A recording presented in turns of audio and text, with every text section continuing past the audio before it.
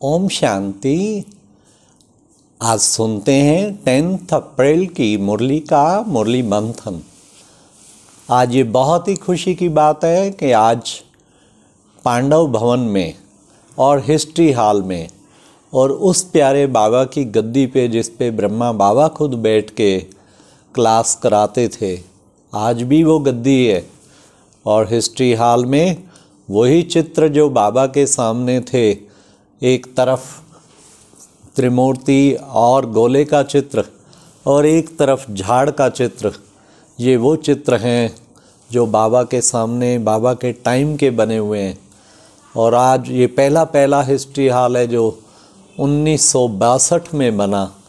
International संस्था का 1962 से लेके 1974 तक यही सबसे बड़े से बड़ा हॉल होता था, जिसकी चौड़ाई 25 फुट है, लंबाई 40 फुट है।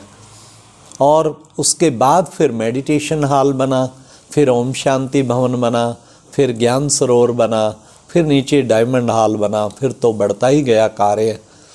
तो आज ये सौभाग्य है, हम एनुअल मीटिंग में आए थे तो आज पांडव भवन में हिस्ट्री हॉल में उसी प्यारे बाबा की गद्दी पे और बाबा का आवाहन करते हैं। प्यारे बाबा ही आपको मुरली मंथन सुनाएंगे। तो आज का मुरली मंथन कितनी सुंदर मुरली में बाबा ने, आज की अव्यक्त मुरली थी और बाबा ने उसमें कहा कि बच्चे आज बाप दादा बच्चों के स्नेह संपन्न बनने के लिए उमंग उत्साह के वाइब्रेशन को देख रहे हैं। फिर बाबा ने कहा पुराने बच्चे और नए बच्चे दोनों ही आए हैं। तुम्हारी भाषा में भले पुराने बच्चे नए बच्चे होता, लेकिन हमारी भाषा, बाबा ने कहा असली भाषा में तो नए भी कल्प पहले वाले, पुराने ते पुराने हैं। पुराने तो पुराने हैं ही, लेकिन नए भी पुराने ते पुराने हैं।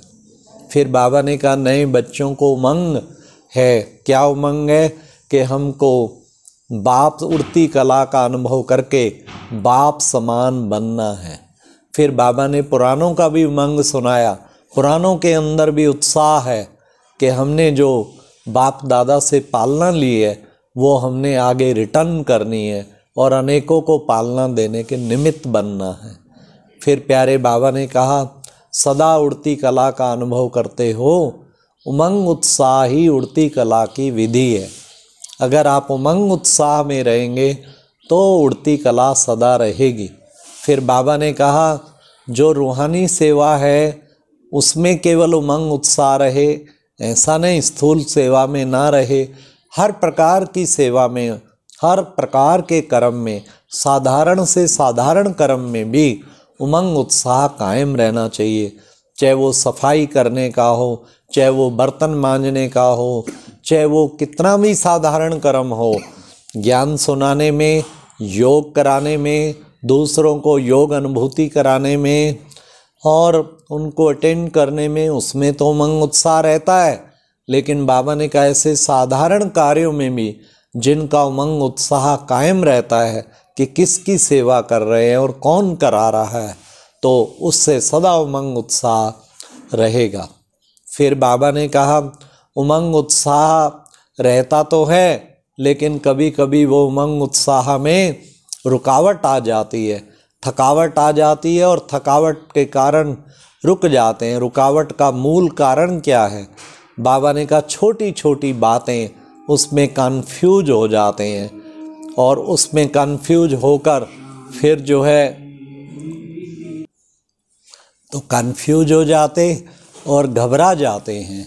बाबा ने कहा ना घबराना है ना कन्फ्यूज होना है। इसलिए छोटी छोटी बातों में घबरा जाते हैं कि भाई क्या करें, बाबा को सुनाते हैं, बाबा जवाब तो देता नहीं है।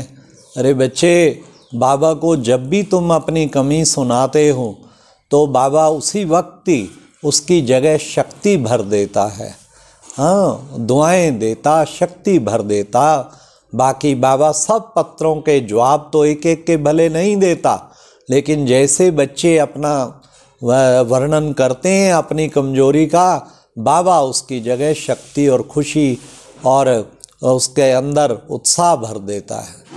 तो बाबा ने कहा उसको कैच करो, वो बाबा भरता है लेकिन उसको तुम कैच नहीं करते हो और अपनी कमजोरी को बार बार सोचते हो, इसीलिए रुकावट आ जाती है।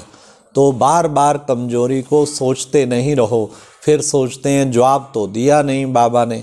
ज़्यादा कमजोरियों को नहीं सोचो, बाबा ने विशेषताएं जो दी हैं दे उसका चिंतन अधिक करो।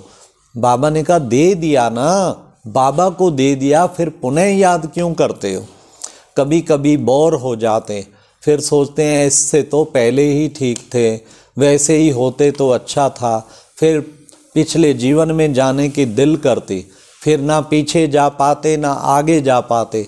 क्योंकि परमात्म प्यार और वो देहधारियों के प्यार में दिन रात का फर्क अनुभव करते, फिर परमात्म प्यार के अनुभव से रुकती कला से फिर उड़ती कला में आ जाते। इसलिए कभी भी उस वक्त परमात्म प्यार में खो जाओ, उस अंतर को अनुभव करो, ये कितना अंतर है। फिर बाबा ने कहा कि बच्चे वैरायटी, बाबा जो चाहता है वो वैरायटी का अनुभव जितना होगा उतना खुशी रहेगी। तो बच्चों को वैरायटी का अनुभव होना चाहिए। वैरायटी मतलब कि सुबह से ही अमृत वेले उठकर बाबा ने कहा वैरायटी की लिस्ट निकालो, बाबा से क्या क्या खजाने प्राप्त हुए, क्या क्या प्राप्तियां हुई, तो उसका जो है अमृत वेले भी अनुभव करो और दिन भर अनुभव करो। होता क्या है, बाबा ने कहा बिंदु मैं बिंदु मैं बिंदु बिंदु बाप, तो उसमें बोर हो जाते।